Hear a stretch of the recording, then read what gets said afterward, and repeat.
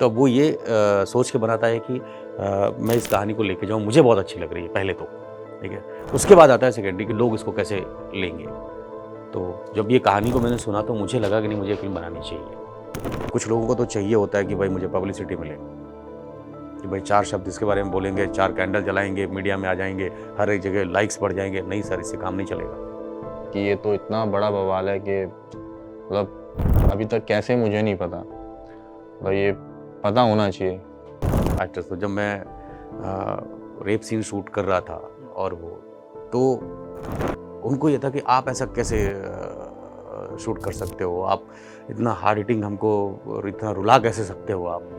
तो जब तक ये डर नहीं पैदा करेंगे तब तक हमारे देश की लड़कियों के साथ कहीं ना कहीं ये चीज़ें होती रहेंगी। फाइट करना है तो दूसरे तरीके से फाइट करना पड़ेगा, तब जाके ऐसे मानसिकता वाले लोग करेंगे और डर ही इनको सही करेगा। All right, hello, hi, namaskar. Welcome to yet another conversation on Entertainment Live. And joining us is the cast of Ajmer 92, director Pushpendra ji and actor Karan. Hello, namaskar. स्वागत है आपका बहुत. Thank you sir, thank you so much. सबसे important सवाल, कैसे हैं आप? बस बढ़िया। आजकल हम ये सवाल पूछना कम कर दिया हम लोगों ने. लोगों से ए व्हाट्सअप क्या चल रहा है, लेकिन कैसे हैं आप ये हम कभी कभी पूछना भूल जाते हैं. बहुत अच्छा लगता है। हाँ, अच्छा आप पूछते हैं अपनी रोजमर्रा की जिंदगी में? नहीं, बट ऐसे पूछना भी अच्छा लगता है। अच्छा लगता है. तो बिल्कुल कैसे हैं? बढ़िया. आप कैसे कर? बहुत बढ़िया। आप कैसे हैं? अरे थैंक यू. ये बस ठीक है. अब आप इंटरव्यू बेस्ट होने वाला बेस्ट होने है. वाला क्यों हमसे कोई पूछता ही नहीं कि आप कैसे हैं, लेकिन अभी ठीक है. आपने कहा था, फिर भी सर ने पूछा नहीं तो मेरे को लगा हाँ यार, ये कुछ तो नहीं। मतलब इमीडिएट में हो गया. बट कैसी है कहानी अजमेर 92 की? एक तो इसका नाम अजमेर 92, थोड़ा हमें समझाएंगे कि इस नाम के क्या मायने हैं? सर ये एक ऐसा स्कैंडल जो उस टाइम हुआ था, तो आज अगर हम सोशल साइट पे या कहीं पे भी देखते हैं तो इसको अजमेर 1992 के नाम से ही लोग ज़्यादा जानते हैं, बिकॉज ये सबसे बड़ा स्कैंडल था उस टाइम पे। तो हमें लगा कि अगर हम ये नाम रखते हैं तो हमें बड़ा इजी होगा लोगों तक अपनी बात कहने का कि भाई फिल्म बेस किस पे है। तो इसलिए इसका टाइटल ही रखा अजमेर 92, रखने का रीज़न ये था। ओके. सो ये जो स्टोरी है अजमेर 1992, हमारे कई यंग व्यूअर्स भी हैं जो उस समय शायद एग्जिस्ट भी नहीं करते होंगे, बट जानना उनके लिए बहुत ज़रूरी है. तो आप हमें थोड़ा बताएंगे कि ये कहानी क्या है? देखिए, कहानी तो किसी से छुपी नहीं है सर, सब जानते हैं कि 1992 में, मतलब एक्चुअली 87 से लेकर 92 में जो लड़कियों के साथ ब्लैकमेलिंग और ब्लैकमेल करके उनको रेप करना उनके साथ, और ये तो उस पे ही ये पूरी कहानी बेस है। और उन लड़कियों की मतलब अ, जो तकलीफ़ें उन्होंने उठाई हैं और कैसे फ़ाइट किया, जस्टिस मिला, नहीं मिला, जस्टिस भी कितना मिला, कितना नहीं मिला, तो उसी पे बेस है उनका पेन, उनकी तकलीफ़ें, समाज से डर के या परिवार का सपोर्ट ना मिलने पे क्या बीती उनके ऊपर।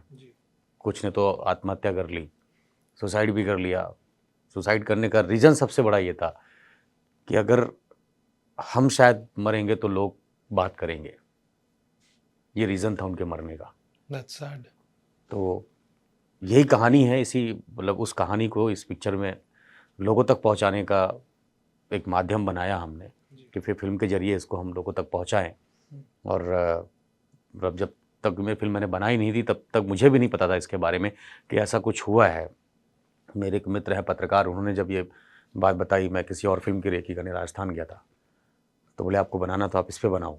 और जब उन्होंने पूरी कहानी सुनाई तो सर सच में बहुत शॉकिंग था और बहुत पेनफुल था। वो बातें उनकी सुने पूरा, मतलब सुन के आंखों में आंसू आ गए थे कि वाकई क्या ऐसा इतना ज़्यादा ये सब चीज़ें हुई हैं, हाँ, हमारी यहाँ जो हमारी लड़कियाँ हैं उनके साथ। तो बस उसको ही सर फिल्म के ज़रिए लोगों तक पहुँचाने का एक कोशिश की है। नहीं, अच्छी कोशिश है सर आपकी. एंड करण, फिर how did you chance upon this? आपका इसमें कैसे एसोसिएशन हुआ? मैं सर बॉम्बे में ही सर के टच में हूँ, मतलब 3-4 साल से। हम एक प्रोजेक्ट के दौरान मिले थे, तो इन बिटवीन सर ने मेरे को इस प्रोजेक्ट के बारे में बताया। तो मेरे को भी नहीं पता था कि कभी कुछ ऐसा हुआ है। तो जब सर ने नरेट करा तो मतलब मैं अपनी लुक के अकॉर्डिंग मैं चाहता था कि मैं कुछ रोमांटिक या अपना कुछ एक्शन करूं, बट ये जब मैंने स्टोरी कंटेंट मेरे सामने आया तो मैं बहुत एक्साइटेड हो गया यार कि ये तो इतना बड़ा बवाल है कि मतलब अभी तक कैसे मुझे नहीं पता, मतलब ये पता होना चाहिए। तो फिर मेरा इंटरेस्ट इसमें बहुत था करने का, और मैं मतलब बहुत ग्रेटफुल हूँ कि मैं इस मूवी का पार्ट हूँ। तो उसके बाद फिर सर से डिस्कस होता रहा, फिर बहुत सारी चीज़ें ड्यूरिंग द शूट सामने आते गई, पता चलता रहा। और ये जो अभी ये बन के सामने आ रहा है, इसको हो गया है थोड़ा सा टाइम, बट ठीक है, लेट सवेर सही, बट आया। खुशी है इस बात की कि ठीक है, जो हम बताना चाहते थे कि ऐसा जो भी अजमेर 92 में और 92 में लड़कियों के साथ हुआ, उनके साथ जो भी उनका दर्द या पेन या जो भी उनका ट्रैप था, कहीं से कोई हेल्प नहीं थी, कुछ भी हो रहा था, आज तक लोग बात नहीं करते, तभी तो लोगों को नहीं पता है। तो आना बहुत इम्पोर्टेंट था, और आज आई है तो बहुत खुशी है इस बात की कि आज मूवी हमारी रिलीज़ हुई है। बिल्कुल। तो जब रियल लाइफ पे बेस्ड कहानी होती है, सच्ची घटनाओं पे आधारित जिसे हम कहते हैं, तो आपके पास स्कोप होता है, मतलब जिसे हम कहते हैं ना क्रिएटिव लिबर्टी, वो रहती है, या स्टिक टू द फैक्ट्स, जो स्टोरी है उसको वैसे ही बतानी है? नहीं, बहुत लिबर्टी बहुत कम रहती है इसमें, ये बात सच है। क्योंकि बहुत सी चीज़ें आपको माइंड में रख के चलना पड़ता है कि कल को फिल्म देखने के बाद अगर ये घटना लोगों को पता है, या कोई भी कहानी अगर लोगों को पता है, तो आप उसको अगर रियलिटी से ज़्यादा रिलेट नहीं कर पाओगे, या थोड़ा सा भी अगर वो होगा, तो फिर कहीं ना कहीं सवाल उठते हैं। तो डिफ़िकल्टीज होती हैं उसको मतलब बनाने में। थोड़ा सा एक वो भी होता है कि भाई वैसा ही बने जैसा वो घटना घटी है या जो भी है। तो वो इमोशन मेन जो है इस फ़िल्म का, वो उन लड़कियों का पेन और उनके साथ जो हो रहा था, तो उसको अब देखिए क्या होता है, कहीं न कहीं हर किसी से तो हम मिले नहीं हैं कि जो कहानी को हम उन लोगों की ज़ुबानी सुने हैं, जो हमारे पत्रकार थे या कुछ ऐसे मतलब लॉयर हैं जिन्होंने इस केस के लिए फ़ाइट किया है। तो उनकी ज़ुबानी जब हमने सुना, फिर एक विक्टिम जिन्होंने जब ये बात बताई, तो कोशिश यही रही है कि जितना हद तक हो सके लोगों तक उनके इमोशंस को हम पहुंचाएं या उनकी बात को हम कहें। तो डिफ़िकल्ट थोड़ा होता है अगर आप किसी की रियल कहानी को अगर आप बनाते हो, और फिर ख़ास तौर से ऐसे मुद्दे पे जहाँ पे कम्युनिटी और रिलीजियस और इन सब चीज़ों को लोग बहुत ज़्यादा वैल्यू देना शुरू कर देते हैं, ना कि उस घटना को या उनके दर्द को या उनकी तकलीफ़ को। तो वहाँ पे और डिफ़िकल्टी होती है कि भाई आप कैसे इसको प्रेज़ेंट करोगे कि भाई दोनों चीज़ें, कि आपका मुद्दा भी रह जाए और बाकी चीज़ें भी ना हों। तो कोशिश यही है कि उस चीज़ को अच्छे से प्रेज़ेंट करें, बाकी तो फ़िल्म देख के पता चलेगा अब सबको कि कैसा है। तो जब सब्जेक्ट पिक कर रहे होते हैं, क्या मतलब मैं ये सिर्फ film making point of view से आपसे जानना चाह रहा हूँ, not from any other point of view. हर खबर इम्पोर्टेंट है, इसलिए वो एक खबर है। लेकिन जब आप एज़ अ फ़िल्म मेकर किसी सब्जेक्ट को पिक करते हैं, तो वो कौन से पैरामीटर्स होते हैं जिनके थ्रू आप उस सब्जेक्ट को देखते हो? मतलब I am sure film making तो एक है ही, उसके अलावा क्या मॉनेटरी एस्पेक्ट भी देखते हो या स्टोरी की रीच भी आप देखते हो? आप डिसाइड कैसे करते हो कि हाँ, ये सब्जेक्ट पिक करना है?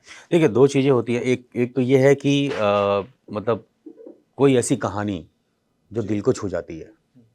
मतलब हमको लगता है कि नहीं यार ये बनाना चाहिए, और अपने अंदर से एज ए राइटर डायरेक्टर मैं बात कर रहा हूँ। तो जब ये कहानी हमने सुनी तो लगा कि नहीं यार इसे बनाना चाहिए। बहुत इमोशन है इसमें, बहुत जो एक सच्चाई दिखाई है हमने।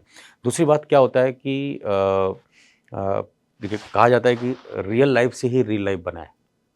तो कहानियाँ कहीं अलग से बन के नहीं आती हैं, कहीं न कहीं किसी न किसी की ज़िंदगी की घटनाएँ होती हैं जिसको हम पिक्चर पे पर्दे पे उतारते हैं। तो अब ये है कि कोई कहानी किसी को दिल को बहुत छू जाती है, तो अब वो ये सोच के बनाता है कि मैं इस कहानी को लेके जाऊँ, मुझे बहुत अच्छी लग रही है पहले तो, ठीक है? उसके बाद आता है सेकेंडरी कि लोग इसको कैसे लेंगे। तो जब ये कहानी को मैंने सुना तो मुझे लगा कि नहीं मुझे फ़िल्म बनानी चाहिए। तो मैंने फिर इसको उठाया और बनाना स्टार्ट किया, इसको लिखना स्टार्ट किया, और फिर मेकिंग की, इसकी कास्टिंग की। जैसे करण के साथ का क्या है कि अभी इनका लुक और मेरी फ़िल्म में जो मेरा कैरेक्टर था उसका लुक बहुत अलग है इनके रियल लाइफ़ का और वो। बट एक चीज़ बहुत कॉमन थी, जो मेरा पत्रकार था वो बहुत शांत और बहुत ही सूझबूझ वाला इंसान। उसकी इवन मतलब वो एक जो चंचलता होती है एक कैरेक्टर की, तो वो उतना ज़्यादा चंचल नहीं, उतना ज़्यादा वो नहीं, बहुत समझदार एक सूझबूझ वाला इंसान है।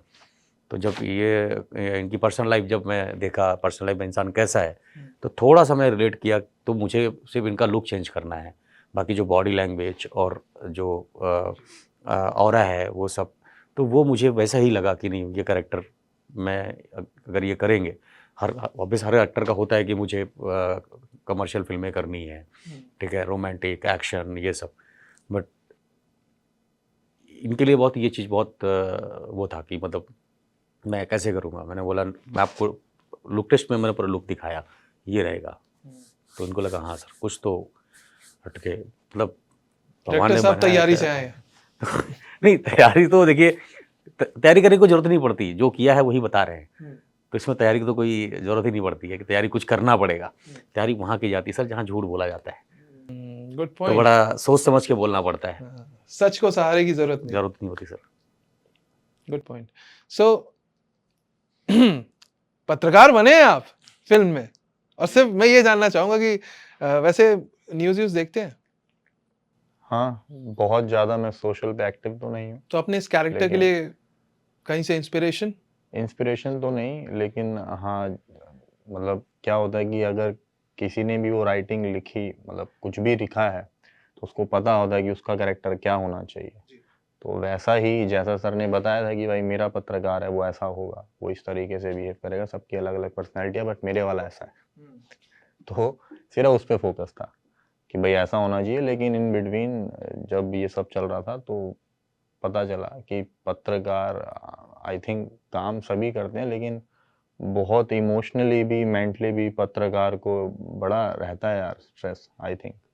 वो उस टाइम पे क्योंकि बहुत मतलब है ना, उसका भी पर्सनल लाइफ है, फिर बाहर भी कितने लोगों से मिलना, कितने पावरफुल लोगों के खिलाफ कुछ बोलना, धमकियाँ, फैमिली, ये सब, तो वो बड़ा डिफिकल्ट चीज़। और कोई मेरे को बैकअप लगा। भी नहीं? कुछ बैकअप, नॉर्मल इंसान एक पत्रकार है, कुछ भी नहीं है, वो पत्रकार है, उसकी वो कहते नहीं पावर है। ये एक ऐसे सिपाही हैं ना इनके पास वर्दी है और ना कोई पद है, बस एक कलम और हमारा समाज के हथियार है। ये सबसे बड़ा कलम की योद्धा बहुत है, पावर समाज के है। सबसे बड़े योद्धा है। बहुत पावर है उसका। अब जैसे कितने सारे इंटरव्यू हमने दिया और फिल्म के रिगार्डिंग, बट आपकी बात अलग है। अरे सर, अब आप तो उसी तरह हर अब एक हमें भी एक मिल जाता है वही, यहाँ कुछ हटके मिला, चलो अब सोचते हैं कि ऐसा कैसे। भी कैरेक्टर हो सकता है। बिल्कुल मतलब ओके, तारीफ ही थी ना? बिल्कुल सर, तारीफ। ओके ठीक है। नहीं, आई एम जस्ट किडिंग। मैं बस मूड को थोड़ा सा लाइट रखने की कोशिश कर रहा हूँ, बट इम्पॉर्टेंट है कॉन्वर्सेशन, और ऐसे कई मुद्दे हैं, एंड अभी हमारी पीछे बात भी हो रही थी ऑफ कैमरा, तो ऑन कैमरा भी हमें इस बारे में बात करनी चाहिए। वो है मणिपुर का इंसिडेंट। तो हाँ वो 2 बहुत महीने लगते हैं एक ऐसी जघन्य मतलब अपराध को सबके सामने उजागर होने में। तो आपको लगता है इसमें फेलियर किसका है? हमारे समाज का है, सिस्टम का है? क्योंकि हम जर्नलिस्ट भी ट्रोल हो रहे हैं, हमें भी क्रिटिसिज्म फेस करना पड़ रहा है कि वैसे तो जहां ना पहुंचे रवि वहां पहुंच जाए जर्नलिस्ट सभी, लेकिन यहाँ पे इस इतना जब एक घिनौना, एक ऐसी चीज जिसे कहते हैं ना, मतलब आप इंसान तो है ही नहीं, हैवानियत ही कह सकते हैं आप हैवानियत ही इसको। कह सकते हैं उसको, इंसानियत तो नहीं कह सकते। ऐसी ऐसी ऐसी खबर को भी यहाँ तक पहुंचने में मतलब 2 महीने लगे कि लोग नोटिस करें, उसके बारे में बात करें। As a film maker and even before that as a human being, how do you guys take this? मतलब किसका फेलियर है इसमें? सर इसमें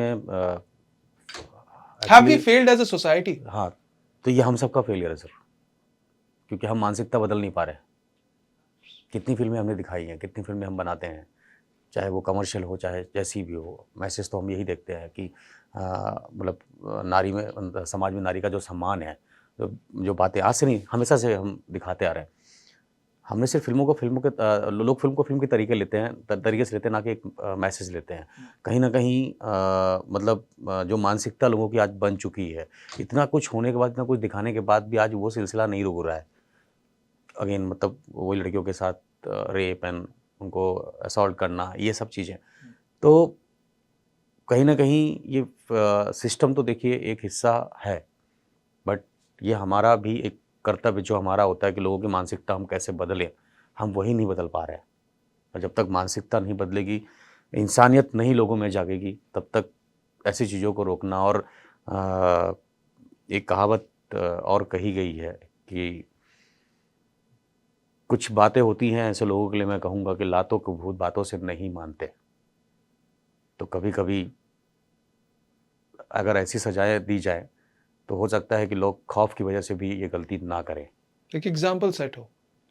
एक एग्जाम्पल सेट हो कि लोग खौफ, कहते हैं डर है तो है, सब कुछ है, तो जहाँ जिनकी मानसिकता ऐसी है ना सर, उनके अंदर वो डर पैदा करना पड़ेगा।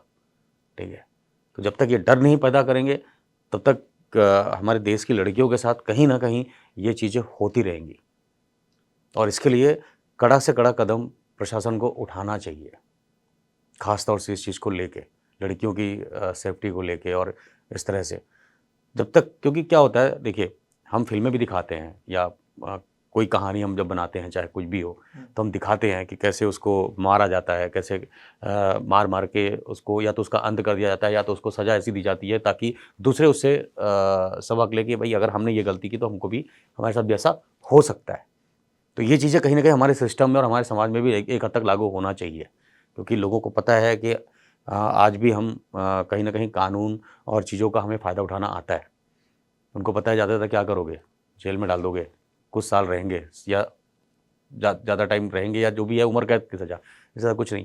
पर सर जब लोगों को सज़ा इस तरह से मिलने लगे ना, क्योंकि उनकी ज़िंदगी एक एक पल, ठीक है, उनके लिए हराम हो जाए और देखने वाला देखे कि इसने ये गलती की थी तो ये सज़ा मिली है, तो लोग डरेंगे। और डर, कभी कभी डर भी आना चाहिए लोगों के अंदर, तब जाके ऐसी घिनौनी हरकतें और जो ऐसे लोग हैं, इनकी मानसिकता, कुछ लोगों की मानसिकता को चेंज करने के लिए आपको डंडा उठाना पड़ेगा, और वो चाहिए समाज में, ज़रूरी है। करण? नहीं, मैं इस बारे में कुछ खास तो नहीं, बस यही है कि सब सर बोल चुके हैं। बाकी ठीक है, आई थिंक सब बदलेंगे तो ये सब चीज़ें बदलेंगी। मतलब ये अभी जो भी वो हुआ है हैवानियत है, उसमें अभी उसको कुछ ऐसा हार्ड स्टेप या कुछ भी ऐसा होगा कि वो जो डर आए तो वो ना करें इस चीज़ को लेके। और तो ऐसी चीज़ें आई थिंक कुछ बहुत सारी चीज़ें पहले भी आई हैं, कुछ हुआ है, और कोशिश सबकी रही है कि दोबारा ऐसा ना हो, है ना। एक बहुत बड़ा रेप केस भी आया था दिल्ली का, मैं दिल्ली से ही हूँ क्योंकि मुझे पता है, तो वो भी बहुत बड़ी हैवानियत थी।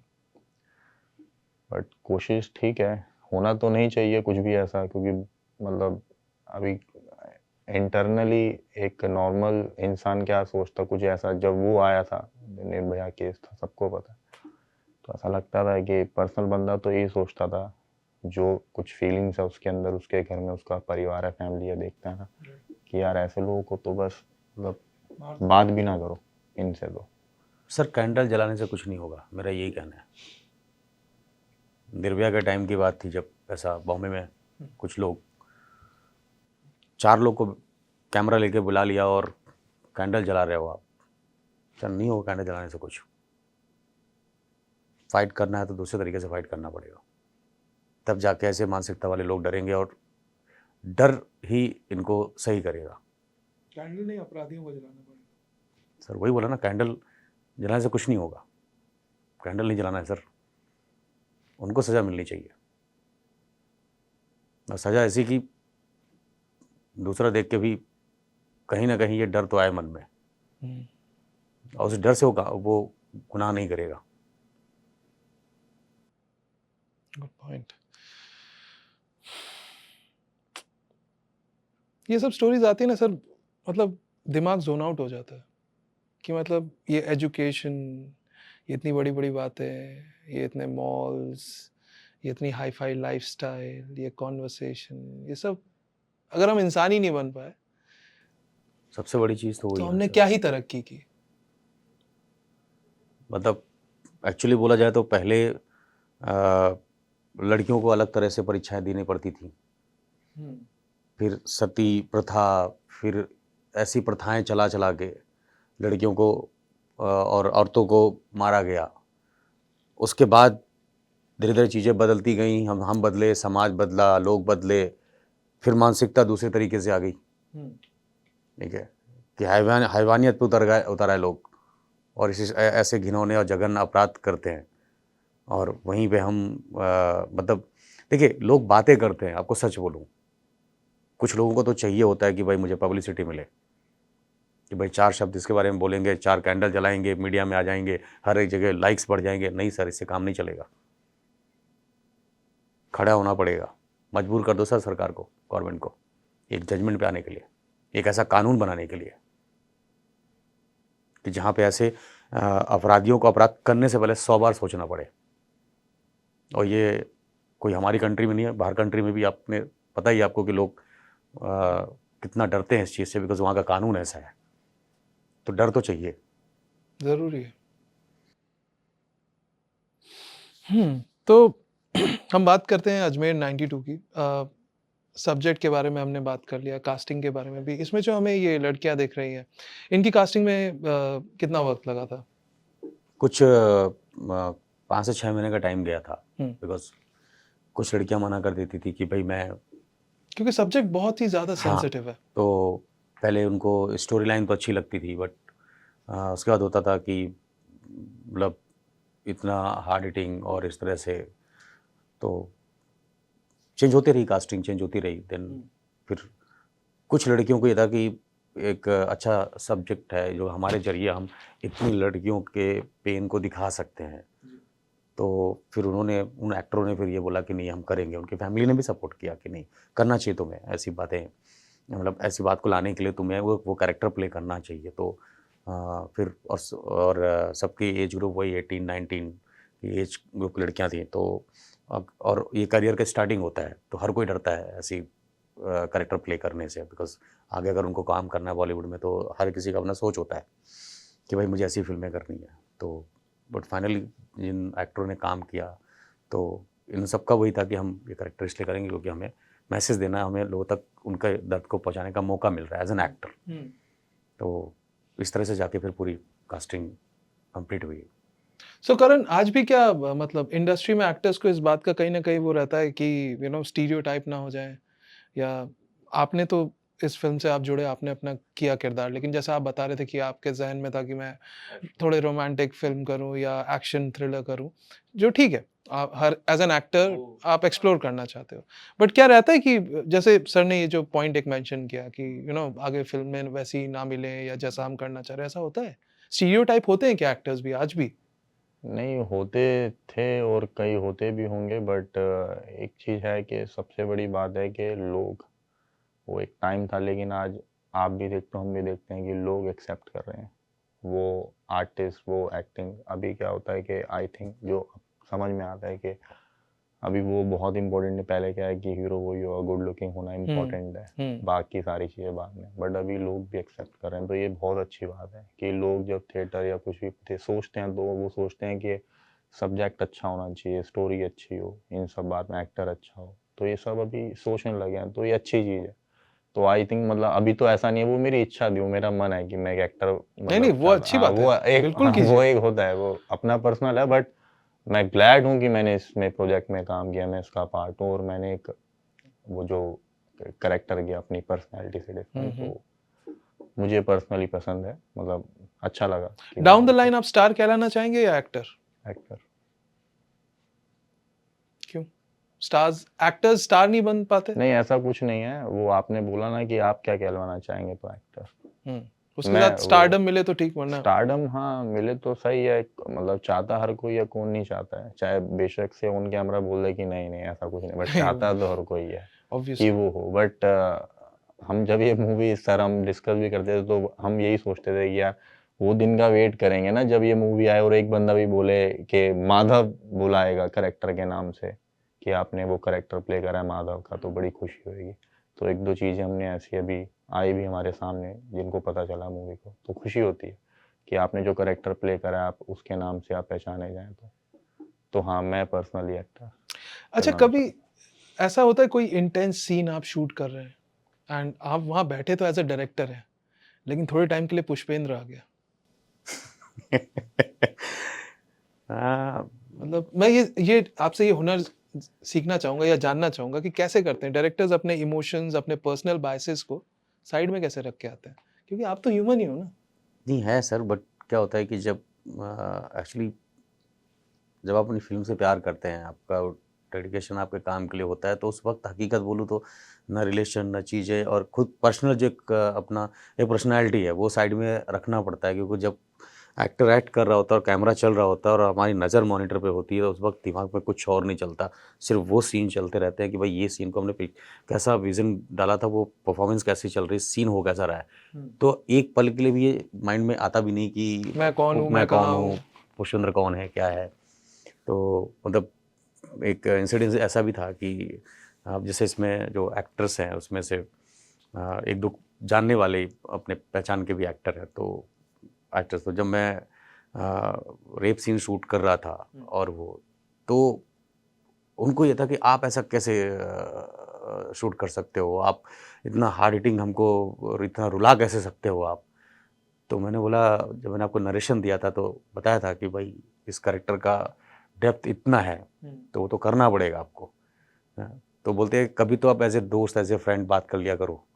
बोला नहीं होता मुझसे, क्या करूँ, मतलब पैकअप हो जाएगा उसके बाद हम दोस्त हैं, बट ऑन फ्लोर सेट पे तो दिमाग ही नहीं चलता, वही चलता रहता कि हाँ ये कैरेक्टर मेरा, वो परफॉर्मेंस उस लेवल तक का वो डेप्थ, क्योंकि बहुत डिफिकल्ट होता है कि किसी के कैरेक्टर को महसूस करके और उसके पेन को और वो रोना।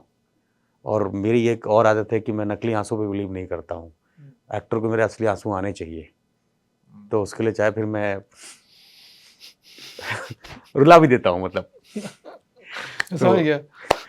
तो कभी काफी टफ डायरेक्टर हो आप, असली आंसू निकाल, वो अपना एक्टर अपने आप को चिकुटी काट रहा है, बट एनीवे।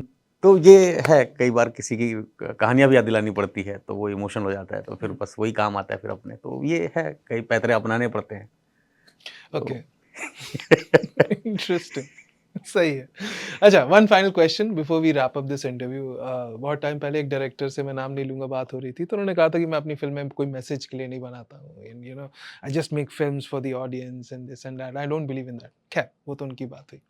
आप जब फिल्म बनाते हैं, एंड इस क्वेश्चन के दो सवाल हैं, क्या कॉन्शियसली आप ये सोच के चलते हैं कि एक फिल्म में एक मैसेज होना चाहिए, या एक फिल्म बिना मैसेज के भी कई बार मैसेज दे जाती है, तो आप इसमें बिलीव करते हैं कि ठीक है, लेट व्यूअर डिसाइड, उसको मैसेज मिला तो ठीक, नहीं मिला तो कोई बात नहीं। सर कुछ ही फिल्में होंगी, शायद मुझे भी याद नहीं है, आप लोग को याद होगा तो बताएंगे शायद, ऐसी कौन सी फिल्म जिससे मैसेज ना हो, चाहे वो कमर्शियल ले लीजिए, चाहे कोई फिल्म ले लीजिए, कुछ ना कुछ तो रहता ही है। कुछ ना कुछ तो रहता है।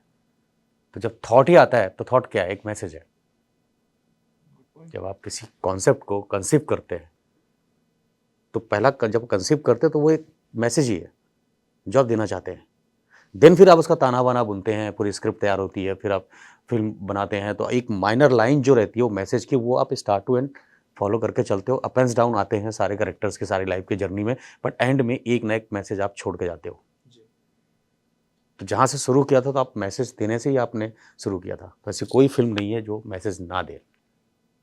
लोग कैसे लेते हैं, अच्छे या बुरे में, वो उन पर डिपेंड करता है, बट हर फिल्म मैसेज के लिए ही बनाई जाती है।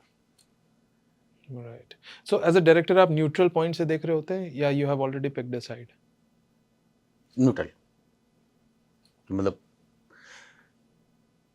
ऑडियंस पे छोड़ देते हैं, हमको जो कहना है, हाँ वो कोशिश जरूर करते हैं कि वो अपनी बात हम आसानी से उनको समझा सकें, उनको ज़्यादा दिमाग लगाने की जरूरत ना पड़े कि आखिर ये कहना क्या चाहता है, ठीक है ना, ताकि सारे एज ग्रुप, सारे वर्गों को अपील करे। राइट, तो इजीली उस चीज़ को आप कन्वे कर दो जी। वही फिल्में ब्लॉकबस्टर होती है। बाकी तो ठीक है, किस्मत है वो सब हर फिल्म की अपनी, बट बहुत सिंपल फिल्में आप हमेशा देखना, बहुत कमाल कर जाती हैं, जिसमें बहुत सिंपल मैसेज, बहुत सिंपल बात, सिंपल तरीके से कह दी गई, लोग बहुत पसंद करते हैं। Alright, thank you Pushpendra ji, thank you Karan, it was lovely speaking to both of you. And अब मैसेज की बात कर ही रहे, तो ये रहा आपका कैमरा, ये रही आपकी ऑडियंस, एंड तो बस सबसे यही विनती है कि आप लोग जाइए और हमारी फिल्म को देखिए, और जो मैसेज कन्वे करना चाहते हैं उन इस फिल्म के जरिए उन लड़कियों की तकलीफ़, उनके दर्द को, और उनको जस्टिस मिला नहीं मिला या कितना मिला, तो उस चीज़ को आप देखें फिल्म के जरिए, और शायद उनको ज़रूरत है आपकी, और आप खड़े हुई उनके साथ, और जिनको जस्टिस नहीं मिला उनको जस्टिस दिलाने में आप लोग सहयोग करिए, बस यही कहना है मेरा। और कब देखे, कहाँ देखे? मल्टीप्लेक्स में, थिएटर्स में, हर एक जगह, हर सिंगल थिएटर, मल्टीप्लेक्स हर जगह लगी हुई है फिल्म। तो ऑनलाइन आप बुक माई शो पे जाएंगे हर एक जगह तो आपको मिल जाएगा। All right. So that was Pushpendra ji and Karan speaking to us on Entertainment Live. अगर कॉन्वर्सेशन में मज़ा आया और कुछ मैसेज भी मिला तो प्लीज़ लाइक कीजिएगा, और नहीं मिला तो सोचिएगा कि क्या मैसेज हो सकता है, और पता चल जाए तो कमेंट करके बताइएगा। Thank you so much. Thank you, thank you. And with that, Karan, Pushpendra, it's a wrap. Ram. Thank you.